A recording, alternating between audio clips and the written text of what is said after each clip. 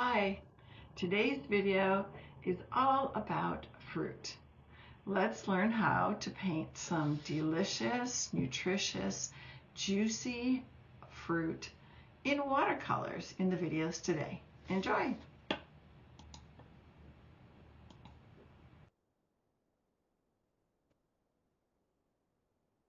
The fruit that we're going to start with today will be an apple. I'm starting off adding wet paint to dry paper with Cerulean Yellow. I use mostly M. Graham paints, sometimes Winsor Newton professional grade, but here today it is all M. Graham. So I started with the Cerulean Yellow. I added a green made from Cerulean Yellow and Cobalt Blue, just looking at my reference photo, and then adding in a light wash of cadmium red. I'm doing a light wash to begin with, and I'll add color as I go. I'm just mapping out the areas, trying to find where they belong on the apple.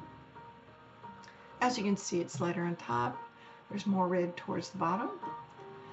And at the very bottom edge of the apple, there is a light reflection from the reflected light from the tabletop. So I'm leaving that very light pink to show that reflection. Adding more red, more greens, and lifting where I need to in order to create the highlights, like at the top of the apple and down at the bottom with the reflected light. Just adding more color. I'm working quickly, so I'm not waiting for it to dry, but I can tell from the picture that it needs more pigment, so I'm adding it as I go.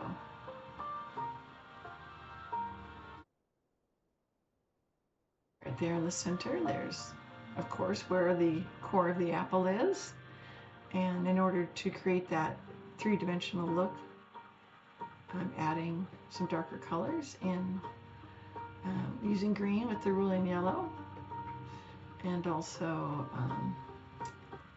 I've created a muted brown color with yellow, red, and blue.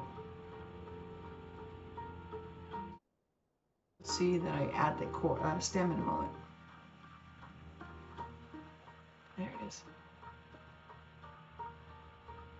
I just needed it to dry a little bit before I add it in there, so that it doesn't just disappear in the wet paint. And then in order to create a shadow,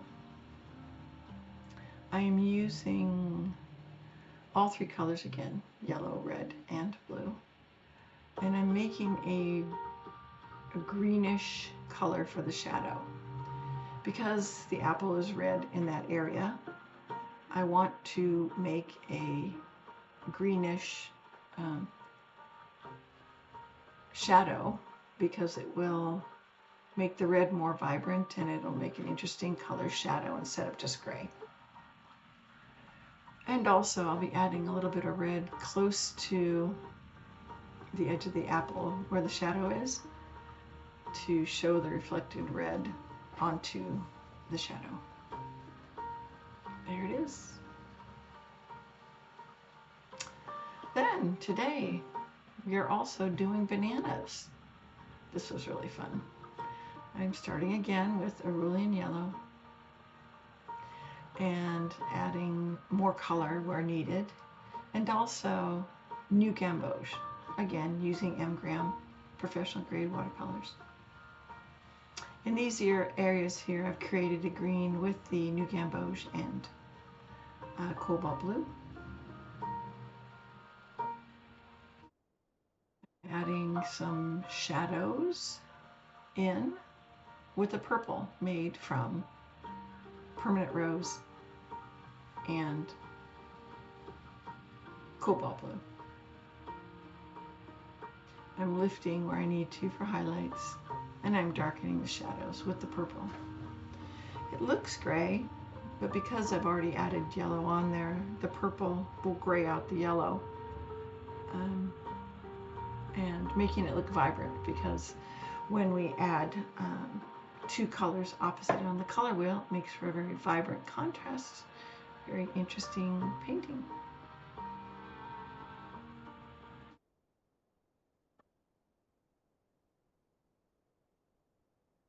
Put a green on the tip.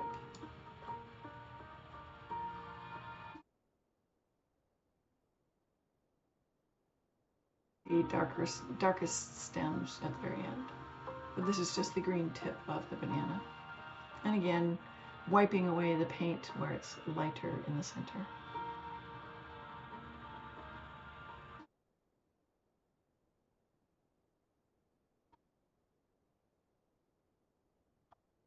And the second banana. Cerulean yellow and New Gamboge. The light wash on top, that's where it's lightest, on the top of the banana.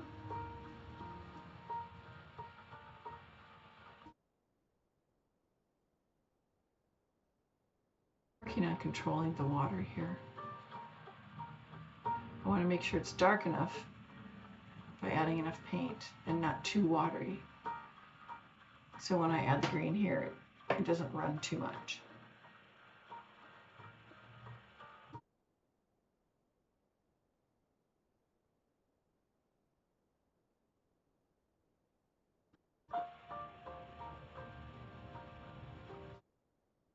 And again, adding purple made from permanent rose and cobalt blue.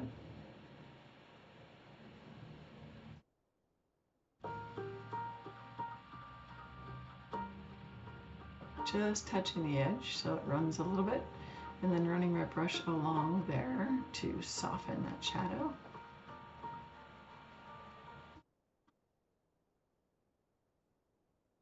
Sure to get that kind of darker tip of the banana. Picking up paint where I need to, adding more color where I need to.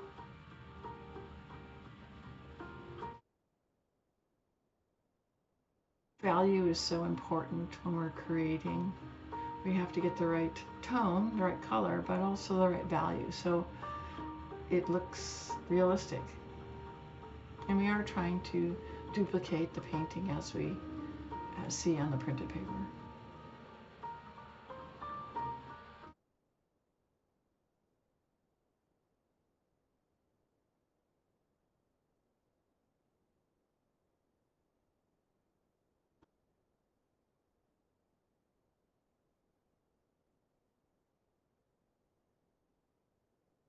Adding some more shadows.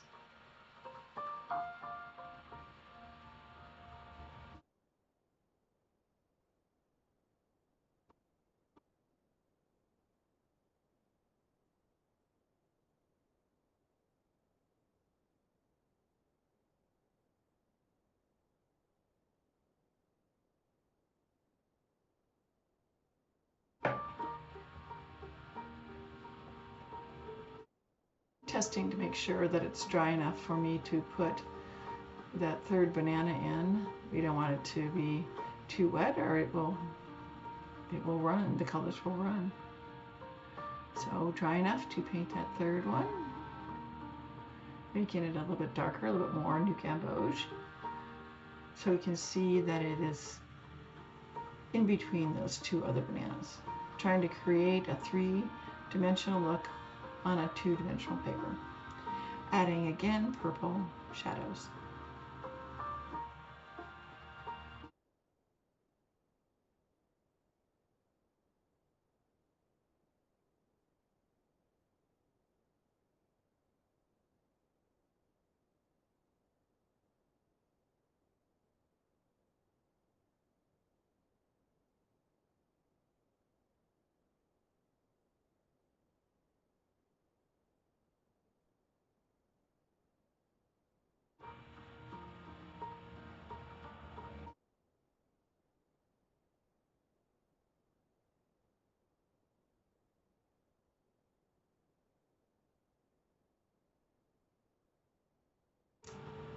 And so that's basically the bananas. Now I'm created a dark brown using all three colors. New Gamboge, Cobalt Blue, and Permanent Rose. Thicker consistency, more like honey, to create that dark color. Getting the tip of bananas there at the very top, and then I will touch up the ends too eventually to get that. But right now I am putting in shadows. Again, because purple is opposite on the color wheel to yellow, I'm creating a purple shadow. I have saved a light area on the bottom of the banana for that reflected light off of the countertop. Looks nice. Making sure I get all of the shadows there, including the one at the very end there, yeah.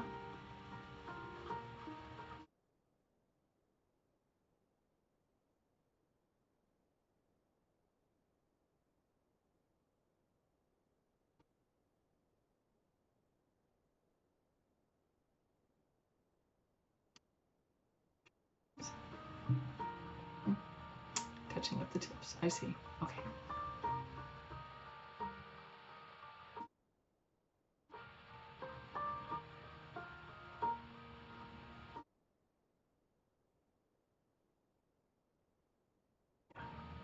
All done. And now we move on to the grapes. With grapes, it's so important to make sure that you don't lose highlights. There are some very shiny areas and some areas a little bit grayed out on grapes. And so I'm just putting a light wash on now to make sure that I get that light gray wash and avoiding painting over the brighter highlights. So I'm just kind of mapping out the grapes at this time. The colors I'm using are Cerulean Yellow and Cobalt Blue.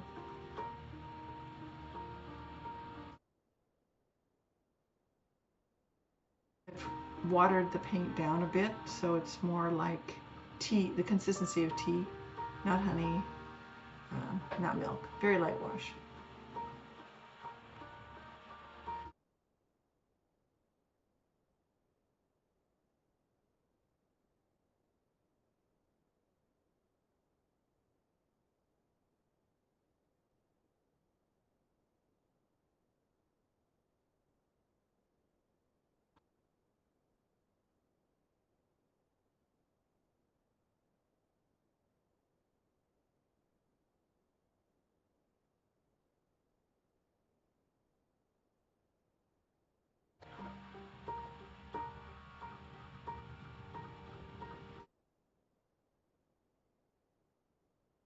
The darker portions of the grapes are made by adding a little bit of red to the green that I'm using to create that shadow. Again, I'm working with opposite colors on the color wheel so that the grapes really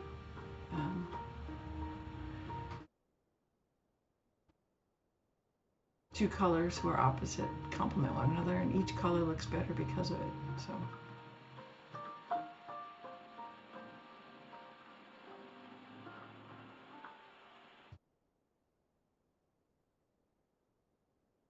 with watercolors, we always work from light to dark. So this first wash is very light. And as the darker colors come in, the painting will settle more. It will appear to be on the surface of the counter as opposed to just kind of floating around on a piece of paper.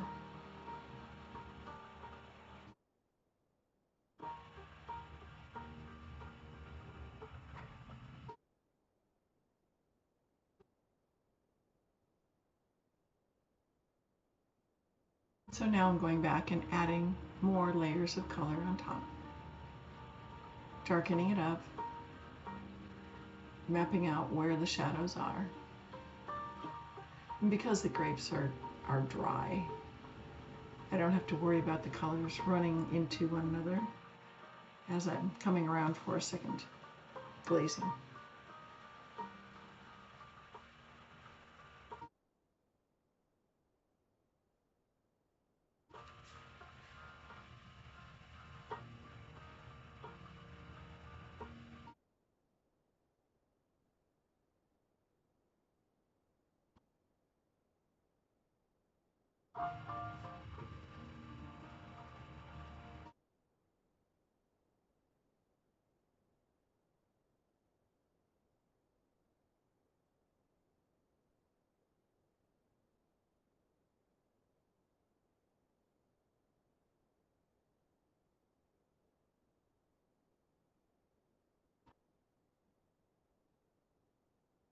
composition, the grapes are rather small. It might be easier to use a smaller brush if you're struggling with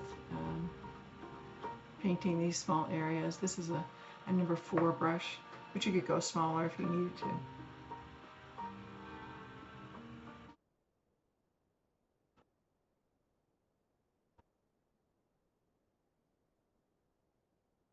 Again, continuing to add more color.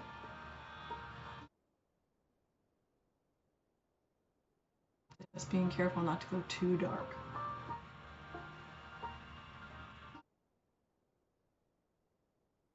Now, as far as the stem goes, the light is coming from the left, so I'm painting the green stem on the right hand side and leaving the left hand side white. And after I lay the paint down, then I will run a clean, damp brush along the stem and soften that green shadow right there. That's me softening.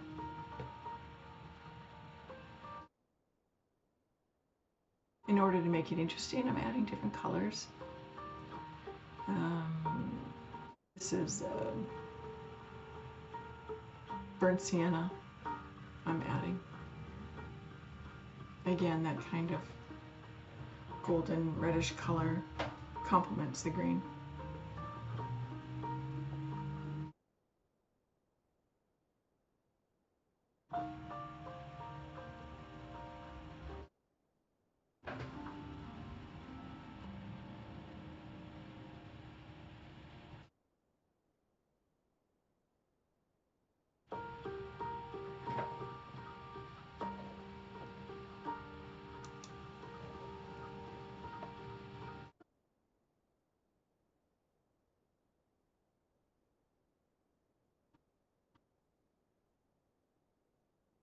Then I will be adding here cobalt blue to darken it up, letting the paints mix on the paper to create a darker greenish brown, like I see on the stems there.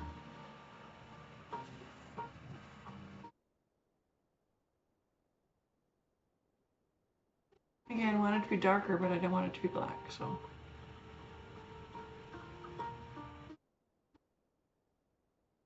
Just looking over at my reference to make sure I've got the value correct.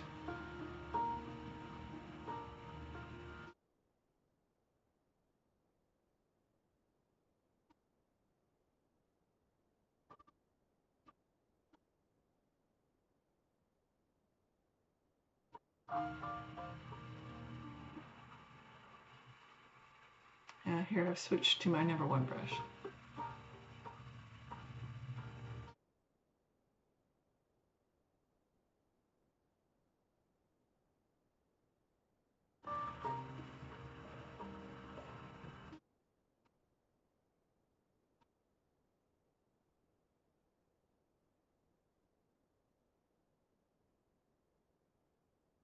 Adding these different colors here make the stem more interesting, more painterly.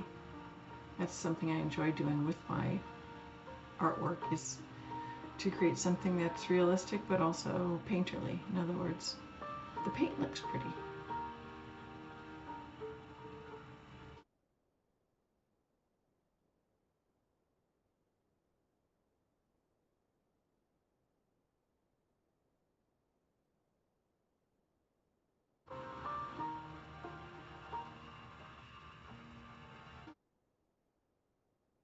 I didn't paint every grape in there. There's quite a few more in the reference picture, but I just wanted to practice and was trying to create an interesting composition. So you could learn, but it wouldn't be too disorganized. And here I am adding shadow. Again, I have added red to the green that I've been working with to create this kind of grayish color.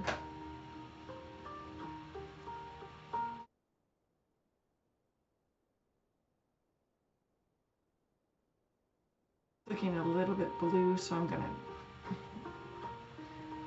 correct the color in a little bit.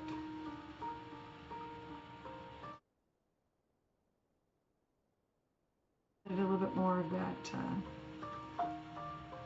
burnt sienna.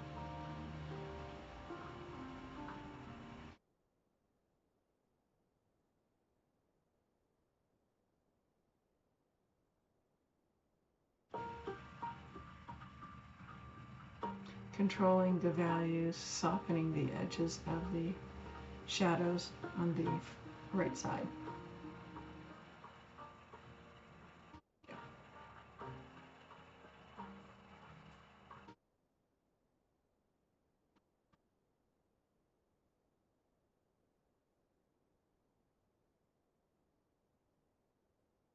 Color in there, softening.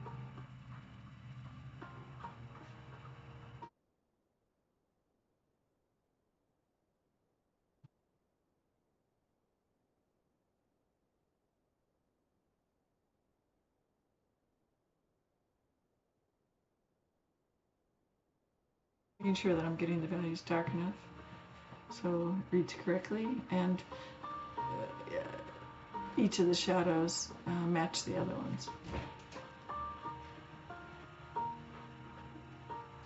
Now we're moving on to the lemons. And you can see here, it's a simple technique, one whole lemon and one cut lemon. I'm starting with a Cerulean yellow, leaving a space for the highlight. And as the skin of the lemon is slightly bumpy, I'm adding some salt. You can see I just used any salt. Celtic salt is what I've got here. Doesn't really matter. Different salts create different textures. This is just what I have with me. And again, using that complementary color purple to create the shadows. Looking at my composition to match that. Lifting on the bottom to get that reflected light from the countertop. Adding more yellow to create brightness, depth. With a Cerulean yellow, it can get a little bit washed out. So you have to be careful to add enough color.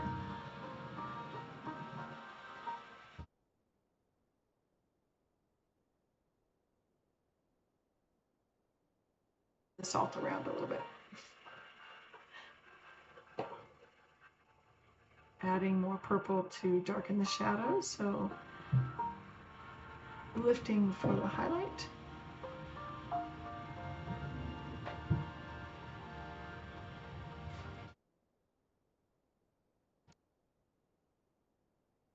Then I'm using the same Cerulean yellow and purple to create the inside of the lemon. I'm leaving white spaces to mimic the way the sunlight is creating a white value with the juicy inside of the lemon.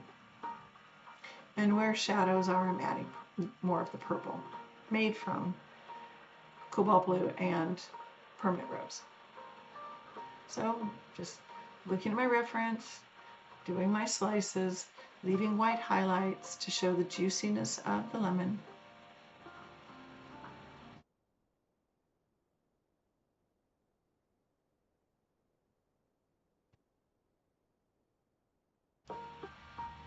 It's fun to do this, you know, to pick out where the highlights are, to see it really turning into a lemon slice.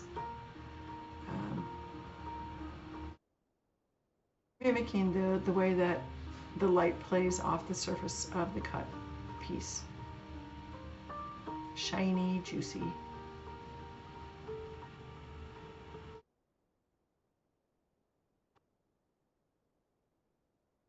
Just making sure that your values are correct. You're controlling the water.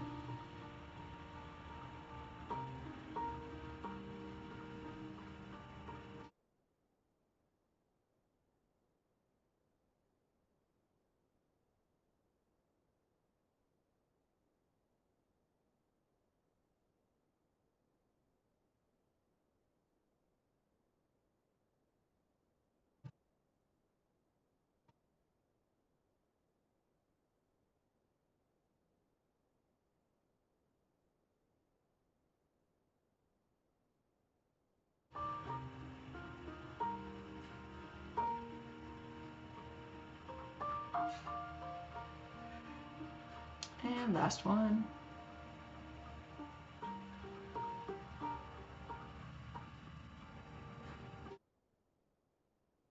Then I'm taking a Cerulean yellow and just showing the hint of yellow on that outer rind of the lemon.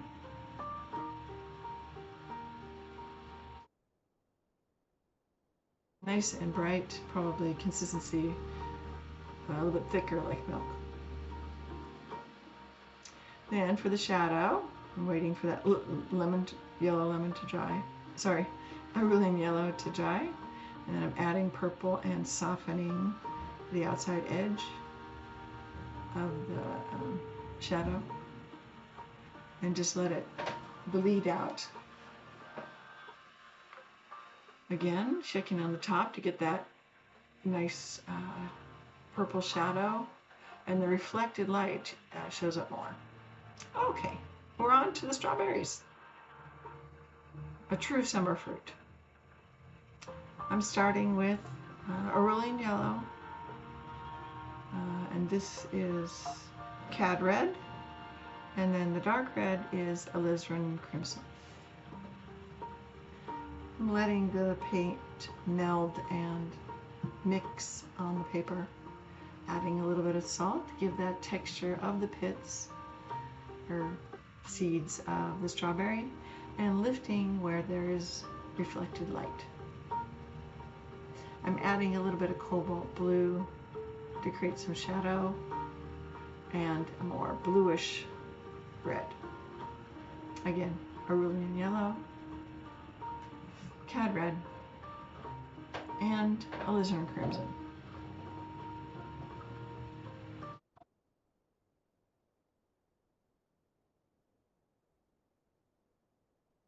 Medium consistency. And adding salt.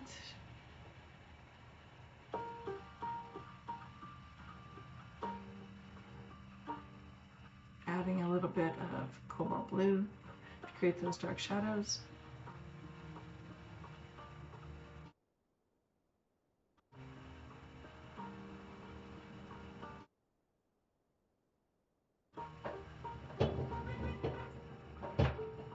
And then lastly, again, lifting the reflected light off the strawberry. More Cerulean yellow, more Cad red, and more alizarin crimson.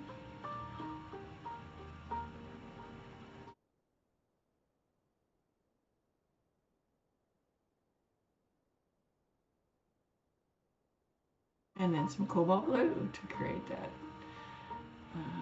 dark red. Adding some salt.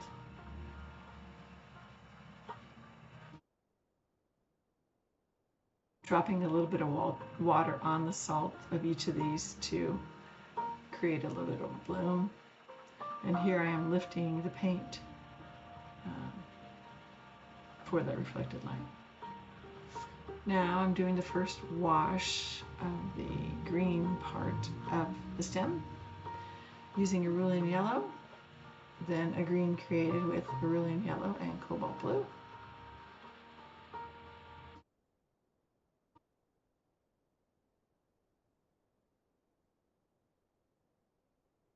Repeating that on these stems.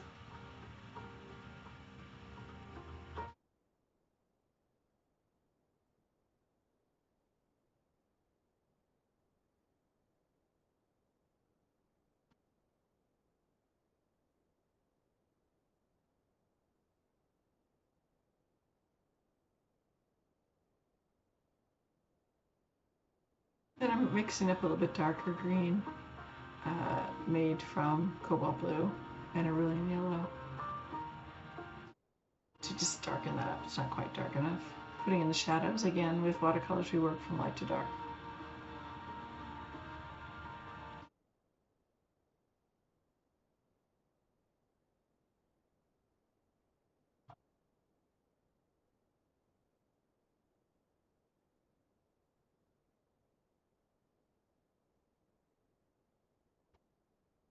Just softening that a little bit. so it doesn't look too outlined. Blends with the lighter green that I've created. And a dark center.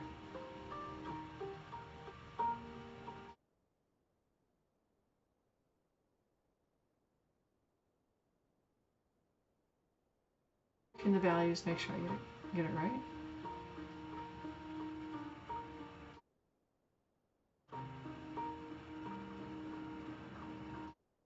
And before I can do the shadows, I'm correcting the values, adding a little more dark.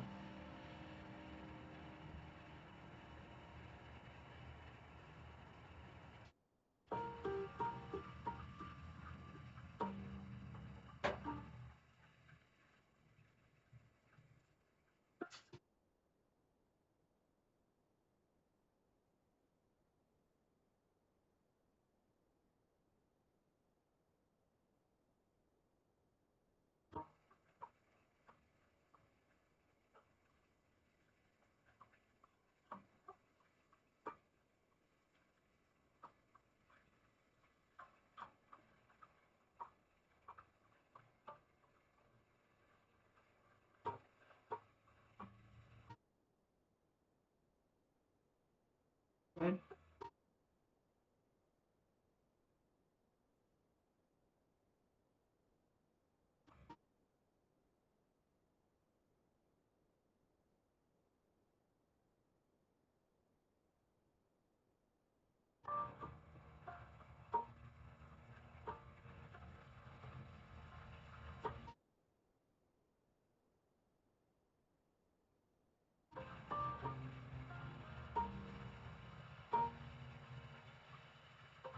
Adding more cad red.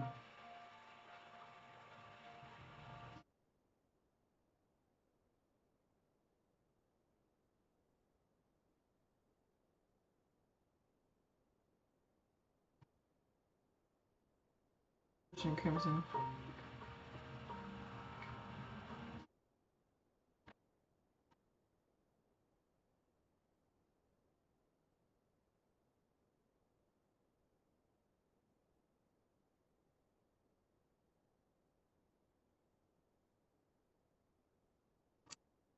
And now we make the shadows. I've made this kind of reddish, I've mixed red and green basically to create this kind of muddied dark color to create the shadows. It's a bit on the greenish side to make that red look even juicier.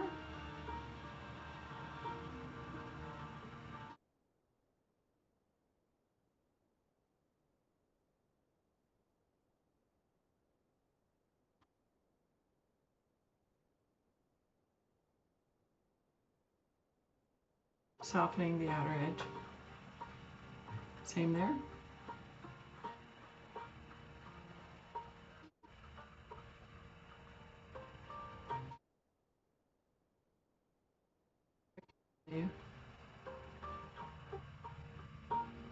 Adding little dark seeds.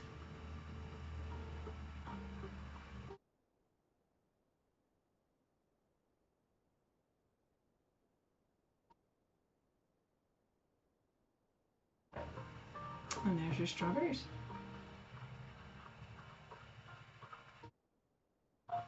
All done.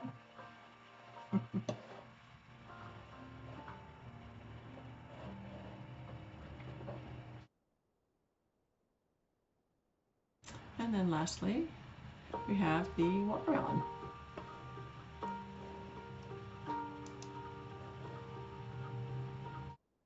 And I'm starting off this red juicy fruit of the watermelon with a mixture of permanent rose and cad red, because it is a pinkish red.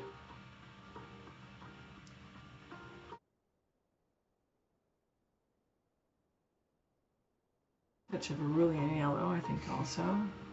I'm lifting here to get that kind of mottled white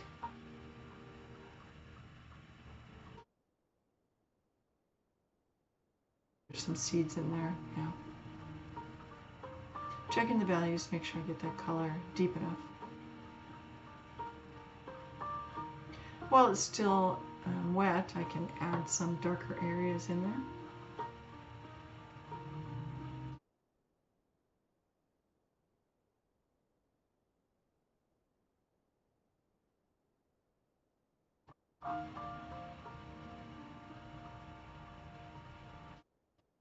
Now I'm doing the green.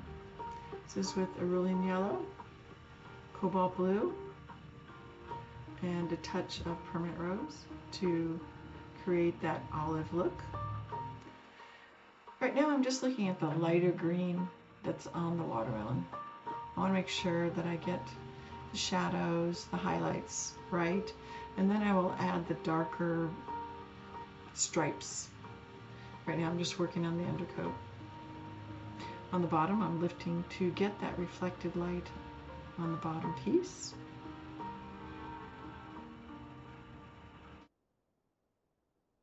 Trying to create 3 dimensions out of 2 here. Again, here is the very lightest shade of green. So filling it in, adding the color in. There's a slightly darker color, added just a little bit more cobalt blue, get that shade. And then leaving an area of reflected light and just using a clean damp brush to make sure that goes in there.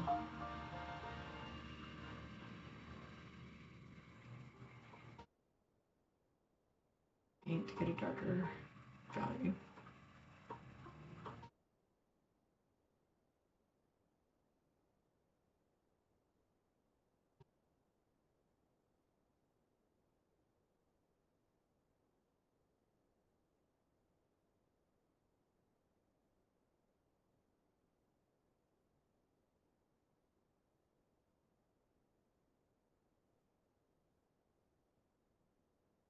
Lifting out that reflected light on the bottom.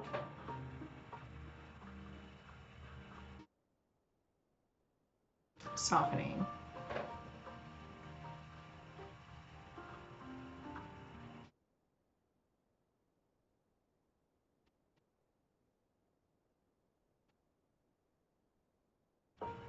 I'm correcting the hue a little bit to here on the bottom. The value. Lifting, lifting. I have to make sure that both pieces match the color of the rind. Same lights, same darks. Consistent color.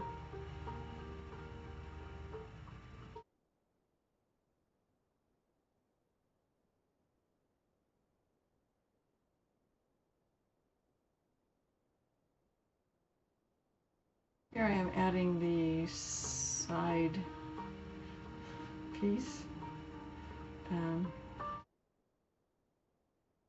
Sure that I get the reflected light. Sometimes I gotta paint upside down to get it right. Straight line. It can be a struggle. The struggle is real. There we go. Okay. Lifting, lifting, keeping that light. Better.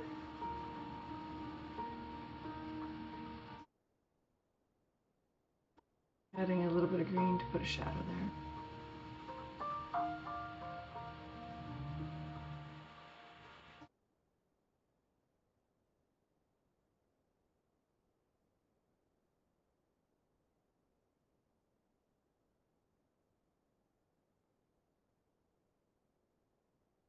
Testing to see if it's dry. Then adding the veining, the dark veining. This is made with cobalt blue, cerulean yellow.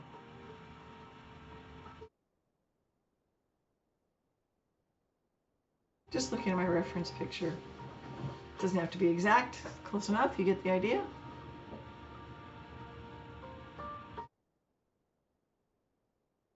Darkening up that undercoat a little bit.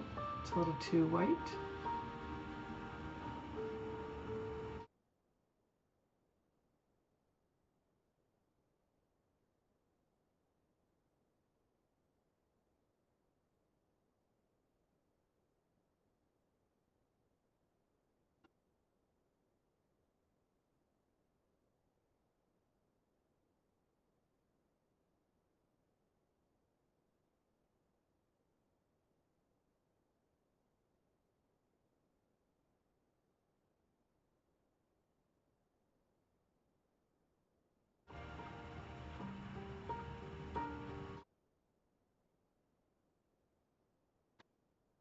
blowing it dry with my hair dryer. I want to make sure it's absolutely dry before I put the veining in on the watermelon half.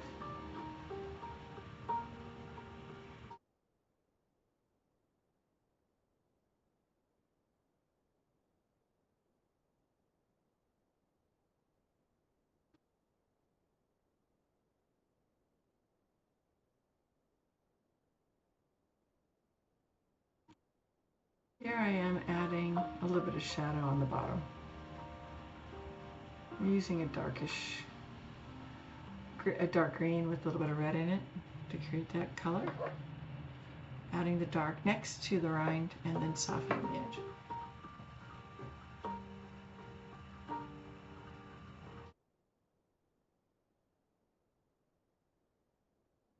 Extra blue to create that hue. Okay, and now for the veining on the larger piece.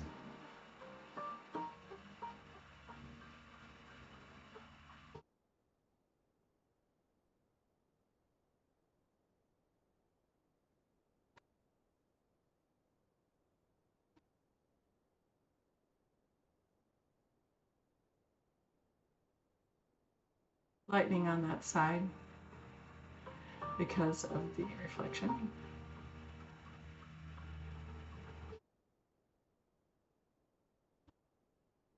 And I will use that dark green mixed with a little bit of red and a little bit of blue to create the shadow here underneath the watermelon. That's on the countertop. And soften that edge. Adding a little bit of red. Get interesting.